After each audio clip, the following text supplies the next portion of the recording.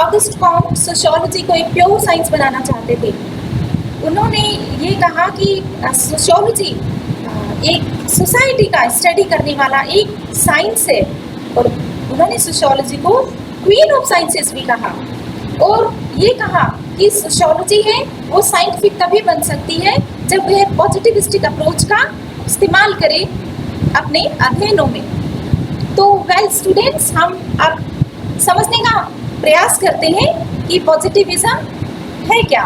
तो देखिए, पॉजिटिविज्म का तात्पर्य आप कभी भी इस बात से मत लीजिएगा कि वो पॉजिटिव एटीट्यूड होना, या फिर कई बार आप कहते हैं ना ये बंदा बड़ा पॉजिटिव है, आपके टीचर कहते हैं बी पॉजिटिव। नहीं, this is not about positivism. Positivism या प्रत्यक्षवाद का मतलब है साइंटिफिक अप्रोच होना, साइंटिसिज्म में विश्वास करना, या फिर अध्ययन की वैज्ञानिक पद्धति का प्रयोग करना। तो ये तात्पर्य है पॉजिटिविज्म का। सो positivism means scientism, positivistic approach मतलब साइंटिफिक अप्रोच, प्रत्यक्षवाद। और प्रत्यक्षवाद की बात होती है तो इसका तात्पर्य हुआ कि ऑब्जर्वेशन से नॉलेज गेन करना। क्योंकि जैसा आप जानते हैं ऑगस्ट कॉम्ट है वो सोशल लॉज ढूंढना चाहते थे कि समाज के कुछ नियम है और उनके अनुसार ही सोसाइटी फंक्शन करती है, और वो नियमों को ढूंढने के लिए वैज्ञानिक पद्धति का प्रयोग करना पड़ेगा। सामाजिक घटनाओं के पीछे कारण है उनको ढूंढने के लिए साइंटिफिक अप्रोच का यूज करना पड़ेगा। तो सोशल साइंटिस्ट है उनको, तभी सोशियोलॉजी है वो एक साइंस बन सकता था।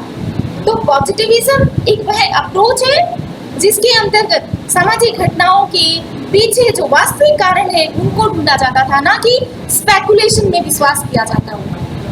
अर्थात पूर्वाग्रह या व्यक्तिगत सोच के स्थान पर वैज्ञानिक दृष्टि से अवलोकन करके तथ्यों को एकत्रित करना, उनके जनरलाइजेशन करना और फिर थ्योरीज का निर्माण करना। तो हम ये देखते हैं कि पॉजिटिविज्म की क्या कैरेक्टरिस्टिक्स हैं, तो इससे आपको पॉजिटिविज्म बहुत अच्छे से समझ में आएगा।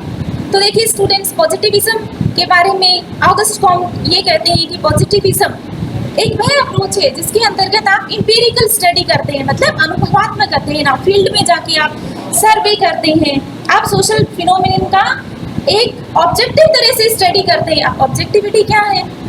तो ऑब्जेक्टिविटी अध्ययन करने का एक तरीका है जिसमें आप पसंद नापसंद बायसेस को दूर रखकर और सामाजिक घटना को उसी रूप में देखते हैं जैसी कि वे घटनाएं हैं, अर्थात to see the things as they are in real sense, उसको हम ऑब्जेक्टिविटी कहते हैं। और पॉजिटिविज्म की जो अन्य विशेषता है वो ये है कि कंपैरेटिव स्टडी की जाती है, और हम सोशल साइंसेस में तो बहुत कंपैरेटिव स्टडीज हम करते हैं।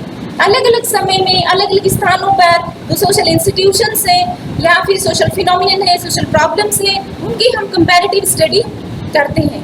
तो देखिए, ऑगस्ट कॉम्ट के अलावा एमिल दुर्खाइम ने भी सोशियोलॉजी में पॉजिटिविस्टिक अप्रोच को स्टडी में अपनाया और सोशियोलॉजी को एक साइंस बनाना चाहा, इसलिए वो भी पॉजिटिविस्टिक अप्रोच की वकालत करते हैं सोशियोलॉजिकल स्टडीज में। कॉम्ट के अलावा मर्टन की बात कर सकते हैं, हम कहीं ना कहीं कार्ल मार्क्स की भी बात कर सकते हैं, या फिर मैक्स वेबर भी सोशियोलॉजी को साइंस बनाना चाहते थे। हालांकि उनका जो मेथड ऑफ स्टडी है वो थोड़ा अलग है, क्योंकि वो इनके बाद में हुई, बाद की जनरेशन के वो सोशियोलॉजिस्ट है, हालांकि प्रारंभिक है, लेकिन ये ऑगस्ट कॉम्ट तो फाउंडिंग फादर ऑफ सोशियोलॉजी है। अब देखिए, ऑगस्ट कॉम्ट ने एक लॉ ऑफ 3 स्टेजेस भी दिया था, उसकी हेल्प से भी आप इसे समझ सकते हैं। वो ये कहते हैं कि ह्यूमन सोसाइटी का जो इवोल्यूशन हुआ है या फिर ह्यूमन नॉलेज का, उसे हम 3 स्तरों में बांट सकते हैं। थियोलॉजिकल स्टेज अर्थात धार्मिक अवस्था। धार्मिक अवस्था में क्या था कि जो भी सामाजिक घटनाएं थी उनका इंटरप्रिटेशन धर्म के आधार पर होता था। सामाजिक घटनाओं के पीछे ईश्वरीय कारक को प्रमुख माना जाता था। जैसे कि गरीबी की हम बात करते हैं उदाहरण के लिए, तो थियोलॉजिकल स्टेज में ये माना जाता कि कोई व्यक्ति गरीब इसलिए क्योंकि तो उसका भाग्य है, पूर्व जन्म के कर्म है, अगर हम भारतीय समाज के संदर्भ में देखें तो। लेकिन पॉजिटिविस्टिक अप्रोच ऐसा नहीं मानती। क्यों? क्योंकि पॉजिटिविस्टिक अप्रोच है वो साइंटिफिक मेथड का यूज करती है और वो ये देखने का प्रयास करती है कि सामाजिक घटनाओं के पीछे क्या कारण हो सकते हैं। वो रियलिटी को अलग तरह से देखती है, उन समस्याओं के समाधान की तरफ जाती है। इसलिए अब आप देखिए, ऑस्कर लेविस ने द कल्चर ऑफ पॉवर्टी का कॉन्सेप्ट दिया है और उन्होंने ये बताया है कि गरीबी की एक संस्कृति होती है, भाग्यवाद में विश्वास करना, मेहनत नहीं करना। तो गरीबी कहीं ना कहीं एक सोशल कंस्ट्रक्ट भी है, वो कल्चर का हिस्सा भी है। तो पहली उन्होंने स्टेज बताया थियोलॉजिकल, तो हमने देखा किस तरह से हम धार्मिक आधार पर चीज़ों को देखते थे।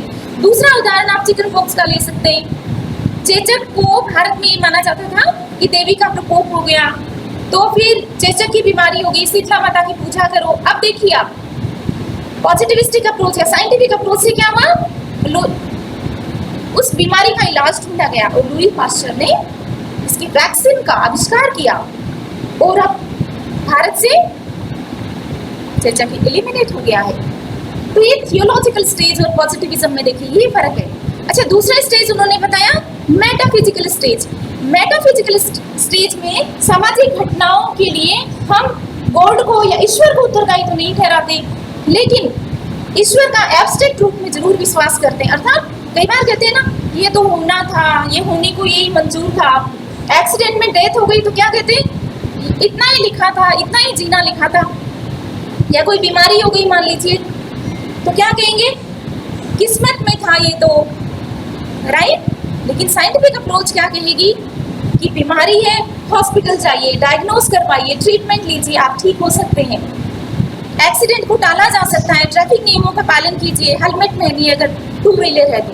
कहने का तात्पर्य है कि मेटाफिजिकल स्टेज में भी कहीं ना कहीं अलौकिक शक्तियों में विश्वास किया जाता था। और नेक्स्ट स्टेज को वो कहते हैं पॉजिटिविस्टिक स्टेज, मतलब साइंटिसिज्म, साइंटिफिक टेम्परामेंट का डेवलपमेंट और कॉज इफेक्ट रिलेशनशिप की स्टडी और अध्ययन में वैज्ञानिक पद्धति का प्रयोग, साइंटिफिक मेथड का प्रयोग। तो अब सामाजिक घटनाओं का जो अध्ययन है वो कॉज इफेक्ट रिलेशनशिप के आधार पर होने लगा कि जो घटना है उसके पीछे छिपे हुए वास्तविक कारणों को ढूंढा जाए, सोशल इंक्वायरी किया जाए, ना कि अंधविश्वास के आधार पर किसी घटना का विश्लेषण किया जाए। तो आई थिंक आपको समझ में आया होगा कि पॉजिटिविज्म क्या है। अब आपके एग्जामिनेशन में कई बहुत बारी क्वेश्चन आता है और मेरा टीचिंग का लंबा अनुभव है, मैं आंसर शीट्स का इवैल्यूएशन करते हुए देखती हूँ कि स्टूडेंट्स बहुत गलती करते हैं, एक छोटा सा टर्म उनको क्योंकि समझ में नहीं आता है। तो नेक्स्ट टाइम से आई थिंक आप अपने एग्जामिनेशन को बहुत अच्छे से अटेम्प्ट कर पाएंगे और इसका करेक्ट आंसर आप लिख पाएंगे। तो स्टूडेंट्स, ये हमने पॉजिटिविज्म की बात की। हालांकि जो पॉजिटिविस्टिक अप्रोच या पॉजिटिविज्म है वो सोशल साइंसेस में इतना ज़्यादा रिलेवेंट नहीं है, क्योंकि इसमें हम ह्यूमन बींग्स की स्टडी करते हैं। इसलिए पॉजिटिविज्म ये कहता है कि व्हाट इज की स्टडी करनी चाहिए, लेकिन देखिए ह्यूमन सोसाइटी है तो कहीं ना कहीं उसके लिए नॉर्म्स भी इंपॉर्टेंट है। व्हाट शुड बी की स्टडी भी सोशियोलॉजी में की जानी चाहिए, कुछ सोशियोलॉजिस्ट ये मानते हैं, और जिनमें ह्यूमनिस्टिक अप्रोच वाले सोशियोलॉजिस्ट प्रमुख रूप से हैं, जैसे पीटर बर्जर हैं, लेकमैन हैं, एल्फ्रेड शूट्स हैं या फिर गार्फिंकल है। तो इन्होंने पॉजिटिविज्म का सोशियोलॉजी में इतना समर्थन नहीं किया है।